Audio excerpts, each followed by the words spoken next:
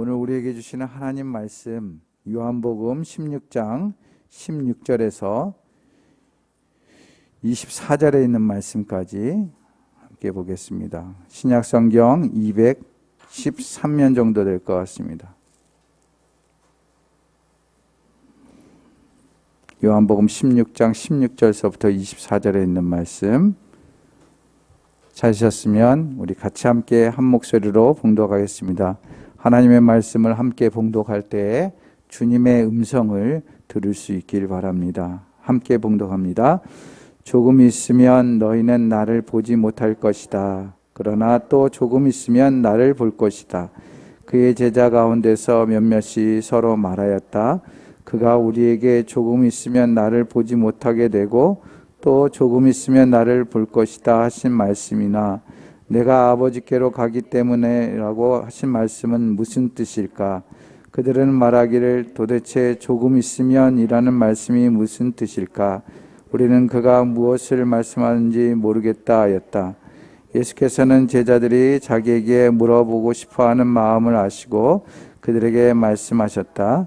내가 조금 있으면 너희가 나를 보지 못하게 되고 또 조금 있으면 나를 볼 것이다 한 말을 가지고 서로 논의하고 있느냐? 내가 진정으로 너희에게 말한다. 너희는 울며 애통하겠으나 세상은 기뻐할 것이다. 그러나 너희가 근심에 쌓여도 그 근심이 기쁨으로 변할 것이다. 여자가 해산할 때에 근심을 잠긴다. 진통할 때가 왔기 때문이다. 그러나 아이를 낳으면 사람이 세상에 태어났다는 기쁨 때문에 그 고통을 더 이상 기억하지 않는다. 이와 같이 지금 너희가 근심에 쌓여 있지만 내가 다시 너희를 볼 때에는 너희 마음이 기쁠 것이며 그 기쁨을 너희에게서 뺏을 사람이 없을 것이다. 그날에는 너희가 나에게 아무것도 묻지 않을 것이다. 내가 진정으로 너희에게 말한다. 너희가 아버지께 구하는 것은 무엇이나 아버지께서 내 이름으로 주실 것이다.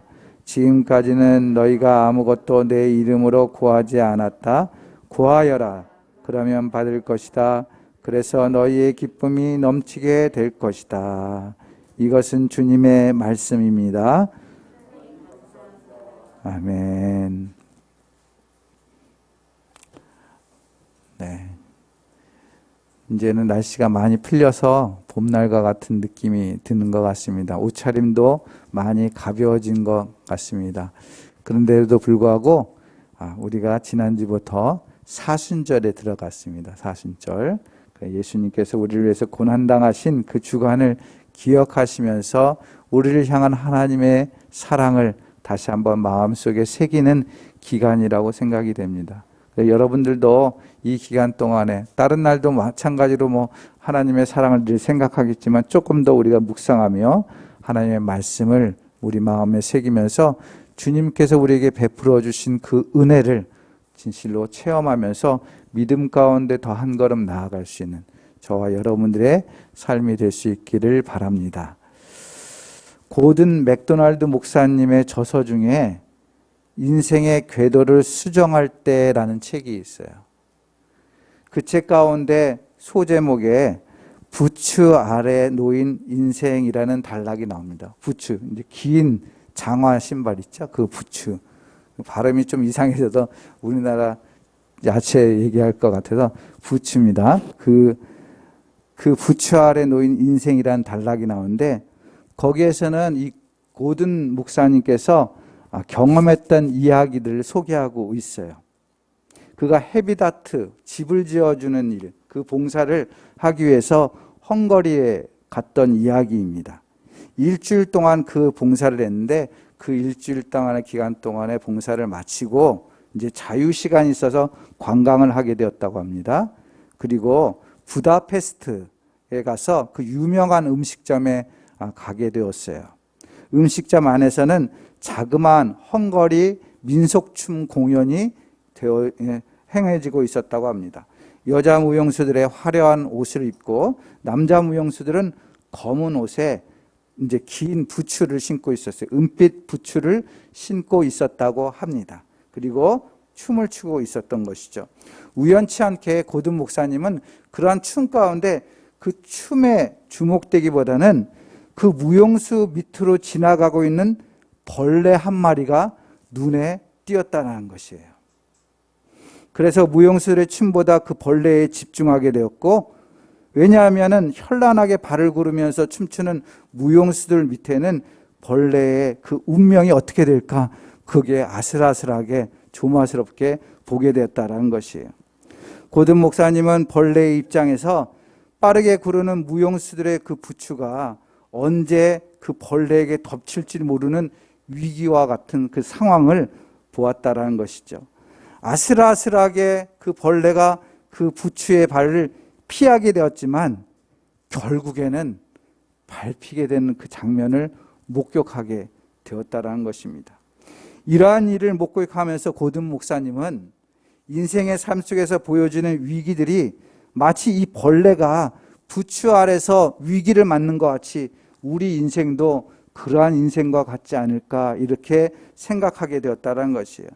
늘 생명의 위협을 받습니다.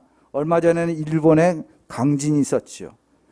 경력이 끝장나는 그러한 직장생활 다니다가 갑자기 추락하는 경우도 있습니다. 건강을 빼앗기는 경우도 있어요. 우리 코로나 상황이 있지만 그런 상황 속에서 건강도 잃고 경제적인 어려움도 당하는 경우도 있죠.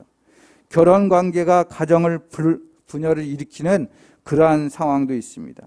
영적인 파괴하는 그러한 사건들도 경험하게 됩니다. 교통사고, 태풍이나 재해, 이런 것들이 늘 우리의 일상의 삶 속에서 벌어짐으로 인해서 마치 벌레가 위기 속에서 거기를 지나가는 것 같이 우리의 삶도 그러한 위기가 늘 도사리고 있지 않은가라는 생각을 했다는 것입니다.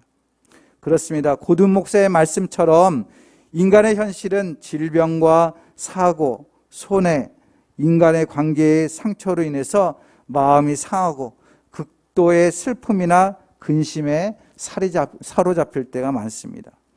그것은 예수님을 믿는 사람에게도 예외는 아닙니다. 성경에 보면 대표적인 인물 두 명을 우리가 손꼽을 수 있어요. 구약에 보면 욥이라는 인물을 알 수 있고, 신약에 보면은 바울이라는 사람을 우리가 들 수 있습니다. 구약에 나오는 욥이라는 사람이 있습니다. 어느 정도의 믿음이 좋은 사람이었는가 하면 까닭없이 사탄한테 항상 비난받았지만 하나님께서 그 욥을 향해서 그가 얼마나 믿음이 좋은 사람인지를 말씀해 주고 있어요. 욥기 1장 8절 말씀에 하나님은 사탄에게 이런 말씀합니다. 너는 내 종 욥을 잘 살펴보았느냐? 이 세상에는 그 사람만큼 흠이 없고 정직한 사람, 그렇게 하나님을 경외하며 악을 멀리하는 사람은 없다. 이렇게 하나님께서 친히 욥을 칭찬하고 있는 모습을 보게 됩니다. 저와 여러분들의 믿음은 어떻습니까? 하나님께서 우리 자신을 볼 때 이렇게 욥과 같이 칭찬하고 칭찬을 받을 만한 사람인가요? 욥은 이렇게 하나님 앞에 칭찬받는 귀한 신앙을 가졌음에도 불구하고 물질과 건강과 자식을 통해서 세상의 어느 누구보다도 혹독한 고난을 겪는 모습을 우리는 성경을 통해서 보게 됩니다. 신약 성경에 나오는 사도 바울은 어떻습니까? 일반적으로 사람이 세상에 수고하고 애쓰는 목적이 뭡니까? 그 목적은 바로 우리가 다 행복해지기 위해서 노력하고 애쓰지 않습니까? 한마디로 표현한다면 잘 먹고 잘 살려고 노력하고 애쓰는 것이 아닌가라는 생각이 들기도 합니다. 그런데 사도 바울은 자신의 젊음과 평생을 주님의 복음을 증거하기 위해서 최선을 다한 사람이에요. 내 자신의 행복, 내 자신의 잘 먹고 잘 사는 일들을 위해서 살아간 것이 아니라 오로지 주님의 복음을 위해서 자신의 인생을 전적으로 다 드렸던 사람, 그 사람이 사도 바울이었습니다. 그럼에도 불구하고 오히려 그가 얻었던 건 뭡니까? 부귀, 권세를 얻은 것이 아니라 더 많은 고난을 얻었어요. 고린도후서 6장 4절에서 5절 말씀에 보면 이렇게 고백하고 있습니다. 우리는 무슨 일에나 하나님의 일꾼답게 처신합니다. 우리는 많이 참으면서 환난과 궁핍과 곤경과 매맞음과 옥에 갇힘과 난동과 수고와 잠을 자지 못함과 굶주림을 겪었습니다. 하나님의 일을 위해서 최선을 다했지만 그에게 돌아온 것은 오히려 환난과 궁핍과 공경, 매맞음, 난동, 수고, 잠 못 잠, 굶주림에 처한 삶을 살았다라고 이야기합니다. 이처럼 하나님을 누구보다도 잘 믿었음에도 불구하고 그들은 더 어려운 고난을 겪었다라는 것이에요. 그렇다면 우리 안에는 어떻습니까? 우리가 하나님을 잘 믿었는데, 지금까지 기도 열심히 하고 예배를 잘 참석하고 봉사도 잘 했는데 나에게 어려움이 있다면 당연히 하나님 앞에 원망과 분평을 할 수 있지 않겠습니까? 그러나 믿음의 사람들의 공통점을 보면은 육신에 가진 사람으로는 견디기 어려운 고통 중에서도 오히려 하나님 앞에 원망하고 불평하기보다는 오히려 그들 중에 고난을 기뻐하고 감사한 모습들을 우리는 성경을 통해서 보게 됩니다. 오늘 우리도 세상을 살아가면서 나름대로 크고 작은 근심과 걱정거리가 얼마든지 있지만 어떻게 해야만 욥이나 사도 바울처럼 고난 중에서도 크게 기뻐하며 감사할 수 있는 비결이 무엇일까? 오늘 본문을 통해서 우리가 잠깐 함께 나눠보고자 합니다. 오늘 본문 요한복음 16장에 있는 말씀이죠. 16장. 16장은 예수님께서 마지막 고별 인사, 그리고 마지막 당부의 말씀을 하고 있는 장면이 그려지고 있습니다.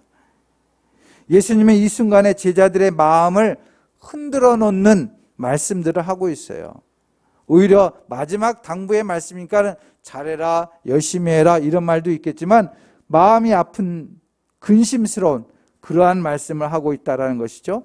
제자들의 입장에서는 혼란스러운 이야기를 하고 있는 것이에요. 우리가 읽지는 않았지만 2절 말씀 보면은 너희를 죽이는 이런 말이 나와요. 4절에는 그들이 그러한 일을 행하는 때가 올 때에 6절에 내가 한 말 때문에 너희 마음에는 슬픔이 가득 찼다. 10절 말씀에 너희가 나를 더 이상 못 볼 것이기 때문이다. 못 본다. 12절 말씀 너희가 지금은 감당하지 못한다. 이 쓰여진 말들을 보면은 부정적이고 근심스러운 말씀들을 굉장히 많이 하고 있습니다. 제자들 마음 가운데는 이거 왜 이런 말씀하시지? 걱정스러운 말씀이 가득 차 있다는 것이에요. 이런 말씀은 예수님을 지금까지 따라다니면서 자신들이 가지고 있던 꿈, 그 부푼 꿈, 그 꿈에 찬물을 끼얹는 그런 말씀이나 마찬가지였어요. 결정적인 말씀, 오늘 본문의 16절 말씀 보시면 조금 있으면 너희는 나를 보지 못할 것이다 이렇게 표현하고 있습니다. 제자들의 기대대로 한다면 예수님이 세우시는 하나님의 나라가 이 땅에 건설될 것입니다. 그 왕국을 차지할 때에 그들은 한 자리 차지할 거라고 부푼 가슴으로 기대하고 있었어요. 그래서 목숨을 걸고 전쟁을 해서라도 이 왕국과 자리를 차지하기 위해서 어떤 제자는 늘 칼을 품고 다니기도 했습니다. 준비하고 다닌 것이죠. 그런데 예수님은 승리에 대한 말씀보다도 무슨 말씀하고 있습니다? 나는 너희를 떠난다. 주님이 나와 함께하고 있지 않으면 그 나라를 이룰 수 없는데, 내가 여태까지 꿈꾸고 있었던 그 자리에 오를 수 없는데 이게 어떻게 된 일이냐. 여태까지 3년 동안 그 꿈을 위해서 따라다녔는데 최선을 다했는데 이게 무슨 말이냐. 혼란스러운 것이죠. 근심스러운 말인 것이죠.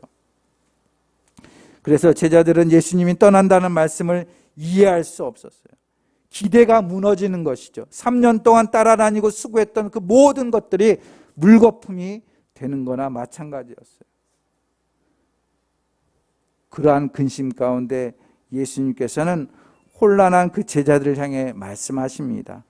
20절 말씀입니다. 같이 함께 20절 말씀 함께 봉독하겠습니다. 시작. 너희에게 말한다. 너희는 울며 애통하겠으나 세상은 기뻐할 것이다. 그러나 너희가 근심에 쌓여도 그 근심이 기쁨으로 변할 것이다. 아멘. 본문은 근심과 혼란에 빠져서 말하고 있는 제자들의 말을 듣고 예수님이 말씀하신 내용이에요. 예수님의 떠나심, 즉 떠난다라는 건 예수님이 죽는다라는 말씀입니다. 제자들은 슬퍼하지만 세상은 기뻐하는 거예요. 아, 예수님을 멸했다. 세상은 자신들이 승리한 것처럼 기뻐할 수 있지만 제자들은 슬퍼한다라는 것이죠. 제자와 세상을 대조하고 있습니다. 그럼에도 제자들의 근심은 파멸에 이르는 것이 아니라 그것이 기쁨으로 될 것이다 라고 예수님께서 말씀해 주고 있는 것이에요. 이 말씀을 명확하게 더 세밀하게 이야기해 주고 있죠. 21절에서 22절 말씀 같이 함께 다시 한번 봉독하겠습니다. 시작. 근심에 잠긴다. 진통할 때가 왔기 때문이다. 그러나 아이를 낳으면 이 사상이 그 고통을 더 이상 기억하지 않는다. 이와 같이 지금 너희가 근심에 쌓여 있지만 내가 다시 너희를 볼 것이며 너희는 마음이 기쁠 것이며 그 기쁨을 너희에게서 빼앗을 사람이 없을 것이다. 아멘. 사랑하는 성도 여러분, 예수님을 신실하게 잘 믿는 사람일지라도 세상을 살아가는 동안에는 누구에게나 크고 작은 고난이 있고 근심거리가 있습니다. 그런데 중요한 것은 무엇을 위해, 누구 때문에 고난을 당하고 근심하는가 하는 것이 중요합니다. 만일 지금 내가 겪고 있는 고난이 예수님처럼 하나님의 뜻을 순종하고 다른 사람을 사랑하고 생명을 살리는 일을 위한 고난이라면 그 고통이 아무리 클지라도 그것은 산모의 진통처럼 생명을 만들어내는 것임을 깨닫고 근심이 아니라 크게 기뻐하라고 말씀하고 있습니다. 왜냐하면 그 고난은 결국 내게 기쁨을 가져다 줄 것이기 때문에 그렇습니다. 사도 바울은 믿음의 사람을 그래서 이렇게 이야기해 주고 있어요. 고린도후서 6장 10절 말씀에 근심하는 사람 같으나 항상 기뻐하고 가난한 사람 같으나 많은 사람을 부유하게 하고 아무것도 가지지 않는 사람 같으나 모든 것을 가진 사람입니다. 지금 눈에 보이지만 우리가 근심하는 일들이 많고 가난한 사람같이 연약해 보이고 아무것도 없는 사람처럼 보이지만 궁극적으로는 우리에게는 기뻐하고 부욕해 되고 모든 것을 가진 사람임을 사도 바울은 명확히 우리에게 말씀해 주고 있다라는 것입니다. 무엇을 말씀하고 있습니까? 근심과 걱정으로 끝나지 않고 오히려 새로운 역사를 경험하게 될 거예요. 지금 내가 근심하고 염려하는 것을 통해서 하나님의 놀라운 능력을 경험하게 될 것이다라는 약속의 말씀이 담겨져 있는 것이에요. 우리가 오늘 본문 말씀에서 주목할 말씀이 있습니다. 20절 말씀 첫 부분에 시작할 때 무엇이라고 시작되고 있습니까? 내가 진정으로 너희에게 말한다 이렇게 표현하고 있어요. 이 말씀은 헬라어로 이렇게 표현합니다. 헬라어 말에 내가 진정으로 너희에게 말한다는 말이 이렇게 표현돼. 아멘, 아멘, 레고, 휘민. 여러분들 많이 들어봤던 말씀이죠? 여러분들 아멘 하는 말은 헬라어를 하고 있는 거예요. 여러분들 몇 개국 언어를 사용하고 있지 않습니까? 헬라어 아멘이에요. 아멘. 아멘이라는 단어를 2번이나 반복해서 강조하고 있어요. 요한복음 읽다 보면 이러한 말들이 굉장히 많이 등장합니다. 오늘 읽었던 본문 23절에서도 진정으로 하는 말이 나오고 있어요. 사도 요한은 아멘을 2번 연이어 둠으로써 예수님께서 하시는 말씀은 장대함과 엄숙함이 있음을 강조하고 있어요. 즉 뭡니까? 그 안에는 참됨, 진실함이 있다는 거예요. 아멘, 확신합니다. 될 줄 압니다. 이 의미가 되지 있지 않습니까? 예수님의 신성을 표출한다라고 신학자들은 이야기하고 있어요. 그건 뭡니까? 하나님의 말씀은 거짓이 없다는, 분명히 이루어져. 근심하고 있지만 그것이 기쁨으로 되어지니까 염려하지 마라. 주님께서 확실하게 이야기해 주는 거예요. 기쁨으로 인도하신다는 약속입니다. 그래서 우리가 인생을 살아가면서 염려가 있고 근심이 있지만 하나님께서 약속해 주셨어. 하나님께서 말씀해 주셨어.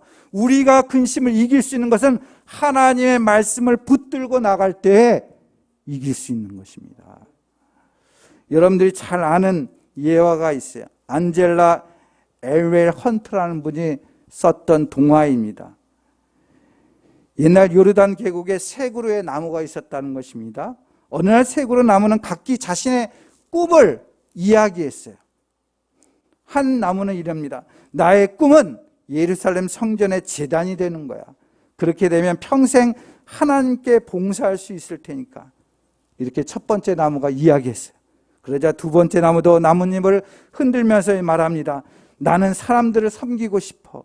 나의 몸으로 큰 배를 만들어 푸른 바다를 가로지르며 사람들을 실어 나를 거야. 이렇게 얘기해요. 두 번째 나무의 얘기를 듣던 세 번째 나무도 자신의 가지를 높이 쳐들면서 말합니다. 나는 여기에 남아있을 테야. 그 무엇보다 높게 그리고 넓게 가지를 칠 거야. 그래서 뜨거운 한낮 피곤한 길손들에게 시원한 그늘을 제공하고 싶어. 이렇게 이야기합니다. 얼마 후에 드디어 세 그루의 나무는 이름 모를 도끼에 의해서 잘려지게 됩니다. 첫 번째 나무는 자기의 꿈이 이루어진 줄 알고 매우 기뻤어요. 그러나 잠시 후 그의 기쁨은 산산조각 났습니다. 그는 성전의 제단이 된 게 아니라 베들레헴 어느 집에 냄새나는 말구유가 되었던 것이에요. 내가 겨우 구유가 되다니. 그는 심한 모욕감에 눈물까지 글썽이면서 절망했습니다. 두 번째 나무는 소원대로 배를 만드는 공장으로 보내졌어요. 큰 배가 아니라 갈릴리 호숫가에 머무는 작은 고깃배가 된 것이에요. 그 역시 자신의 꿈이 깨진 것을 보고 거기에 대해서 절망감을 느꼈습니다. 세 번째 나무 역시 잘려서 큰 죄인들의 처형하는 그 십자가 형틀이 되었다고 합니다. 그 나무는 자신의 옛 꿈과 현실을 비교해 보고는 크게 슬퍼하고 수치감에 몸을 떨었다고 합니다. 세 그루의 나무들은 자신들의 짧은 생각 끝에 그들의 생에 무의미하며 실패했다고 생각을 했어요. 현재의 불행이나 고통에 너무 쉽게 좌절해 버린 것입니다. 그러나 여러분 아십니까?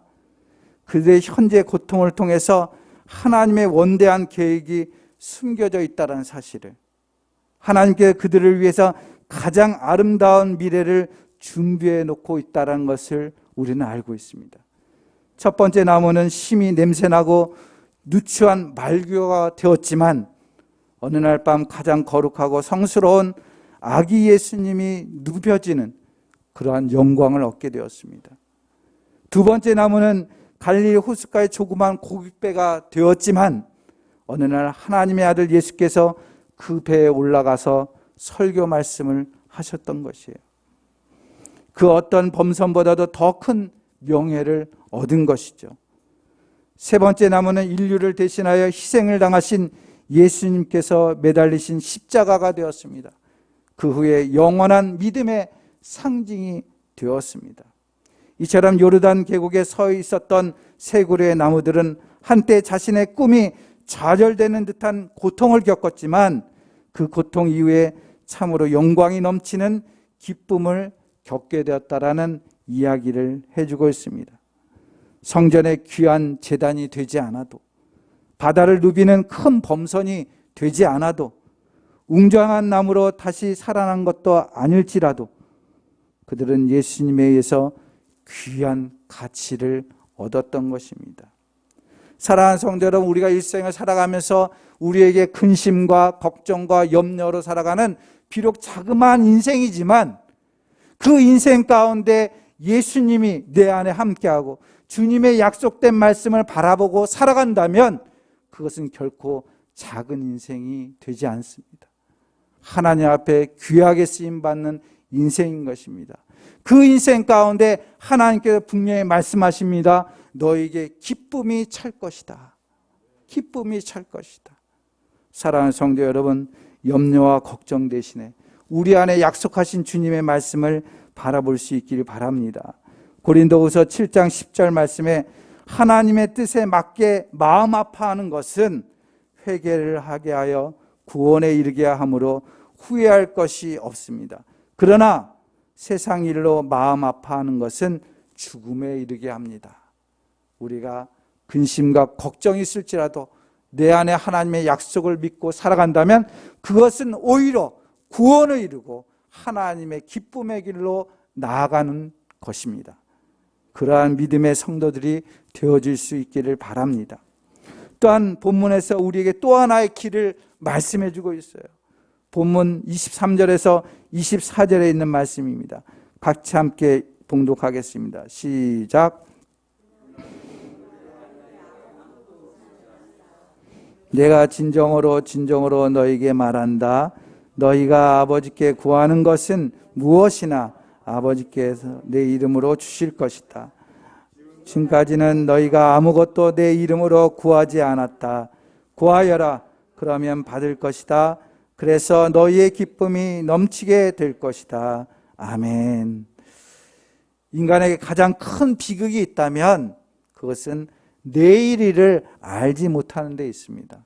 내일 무슨 일이 일어날지 우리는 예측하기 어렵습니다. 만약 인간이 내일을 장담할 수 있다면 인간은 여전히 큰 소리치는 존재로 자리매김할 것입니다. 그러나 우리는 모두 내일을 알지 못한다는 비극을 안고 살아가는 피조물인 것이에요. 그런데 예수님은 그러한 인간의 비극적인 현실을 꿰뚫어 보시고 이러한 인간의 비극을 극복하는 길을 말씀해 주셨어요. 그것이 오늘 본문의 말씀 아닙니까? 예수님과 하나님과의 그 자신과의 연결을 시켜주고 있어요. 너희가 아버지께 구하는 것은 무엇이나 아버지께서 내 이름으로 주실 것이다. 요한복음 10장 30절 말씀에 보면 나와 아버지는 하나이다. 하나님 앞에 구하면, 하나님 앞에 참되게 믿음으로 간구하면 주님의 이름 가운데 그 구하는 것들을 들어주신다는 것이에요. 예수님은 제자의 기도가 어떻게 이루어지는지에 대해서 말씀해 주셨어요. 제자들의 기도는 아버지께 구하는 것입니다. 그것을 아버지께서는 예수님을 통해서, 예수의 이름을 통해서 주신다라는 관계를 말씀해 주고 있어요. 여러분들 23장 3절 말씀을 우리가 읽었지만 그 23절 말씀에 주회가 있습니다. 주회가 달려있는 성경도 있을 거예요. 그 주회를 보시면 다른 사본에는 이렇게 기록되어 있다고 말씀하고 있어요. 너희가 내 이름으로 아버지께 구하면 아버지께서 그것을 너희에게 주실 것이다. 예수의 이름으로 구하는 것은 아버지께서 다 주신다라고 말씀하고 있던 것이죠. 예수님의 부재로 인해서 걱정하고 근심하지만 예수님의 이름으로 하나님 아버지 앞에 기도하면 마치 예수님이 옆에 있는 것처럼 다 이루어 주신다라는 약속의 말씀이에요. 그 말씀 가운데서 뭐가 나옵니까? 아멘, 아멘, 레고 휘민 이렇게 말씀하고 있어요. 그 구하는 것을 제대로 하면 약속대로 이루어진다 말씀하고 있는 것입니다. 그러면 그 기쁨이 넘치게 될 것이다 라고 말씀하고 있는 것입니다. 요한복음 16장 앞에 15장 말씀에 여러분들이 잘 아는 유명한 비유가 있어요. 그게 무슨 비유입니까? 포도나무 비유예요. 포도나무 비유에서 강조하는 게 뭡니까? 관계죠. 붙어 있는 것이죠. 주님을 끝까지 붙들고 있는 것이. 그 붙들고 있을 때에 우리에게 기쁨이 있다는 거예요. 요한복음 15장 11절 말씀에 내가 너에게 이러한 말을 하는 것은, 그 포도나무 비유로 말씀하는 것은 내 기쁨이 너희 안에 있게 하고 또 너희의 기쁨이 넘치게 하려는 것이다 라는 것이. 예수를 믿는 사람, 예수를 붙들고 있는 사람, 그 포도나무의 가지도 때로는 비를 만나고 폭풍을 만나고 따가운 햇빛을 만날지라도 붙어만 있으면 예수님으로부터 공급받는 그 은혜, 그 기쁨을 누릴 수 있다라고 약속하고 있는 것입니다. 그렇기 때문에 그 안에서 우리는 기도하는 거예요. 그 길을 열어주신 것입니다. 여기 다 나이가 천차만별이지만 각자의 나이에 맞게끔 염려되고 걱정되는 부분들이 있을 것입니다.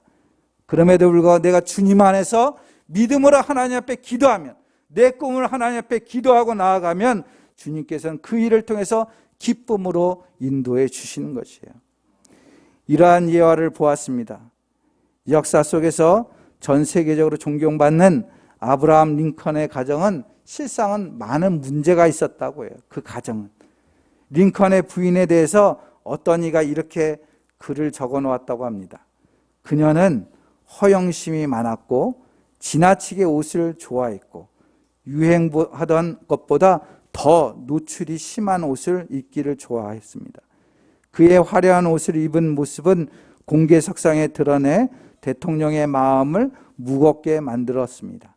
그럼에도 불구하고 그가 그와 같은 고통을 이기고 존경받는 대통령이 될 수 있었던 힘은 서서히 타오르는 고통의 불길을 통해 그는 인생을 배웠고 인내와 관용과 자제와 용서와 같은 성품을 내면이 느끼는 무거운 압박감 아래서 단련되고 정제되었다, 이렇게 표현하고 있는 글이 있습니다. 링컨이 가정과 또 많은 적들로부터 있는 많은 고통을 이길 수 있었던 그 가장 큰 힘이 어디 있었느냐? 기도의 힘, 기도의 믿음이라고 말씀하고 있습니다. 사랑하는 성도 여러분, 우리는 사순절 기간을 지내고 있습니다. 예수님의 고난을 묵상하고 있죠. 그 고난이 나와 별개의 사건으로 생각해서는 안 됩니다. 내가 가지고 있는 근심과 걱정의 십자가가 바로 예수님의 십자가 안에 있음을 우리는 알아야 됩니다. 그래서 오늘 본문에서 예수님께서 말씀해 주신 것처럼 우리가 진실로 하나님 앞에 고난을 당할지라도 우리에게 기쁨이 있겠다라고 약속해 주신 주님의 말씀을 붙들고 그 주님 앞에 늘 기도하는 그런 믿음의 삶을 이룰 때에 우리의 근심이 변하여 기쁨으로 나아가게 될 것입니다. 사랑하는 성도 여러분, 이 사순절 기간에 하나님의 음성을 듣고 주님께서 우리에게 주시는 그 기쁨을 충만하게 누릴 수 있는 저와 여러분들이 될 수 있기를 주님의 이름으로 축원드립니다. 기도하겠습니다. 사랑과 은혜가 많으신 아버지 하나님, 감사합니다. 우리가 살아가면서 우리 인생 속에서 작은 벌레와 같이 늘 위협 속에, 어려움 속에, 근심 속에, 걱정 속에 살아갈 수밖에 없지만 그것을 우리가 이길 수 있는 길은 주님의 약속을 바라보는 것입니다. 우리의 고통과 근심 속에 오히려 주님께서 그것을 통해서 기쁨이 차게 될 것이라고 말씀해 주셨습니다. 아멘, 아멘이라고 확증해 주셨습니다. 주님께서 주신 말씀을 우리가 끝까지 붙들 수 있는 믿음의 사람들 되게 도와주시고 또 어떠한 환난과 고난이 있을지라도 기도의 줄을 놓치지 않고 주님 안에서 구함으로, 간구함으로 주님의 이름으로 이루어지는 은혜를 누릴 수 있는 하나님의 백성들 될 수 있도록 인도하여 주시옵소서. 감사하고 예수님의 이름으로 기도드립니다. 아멘.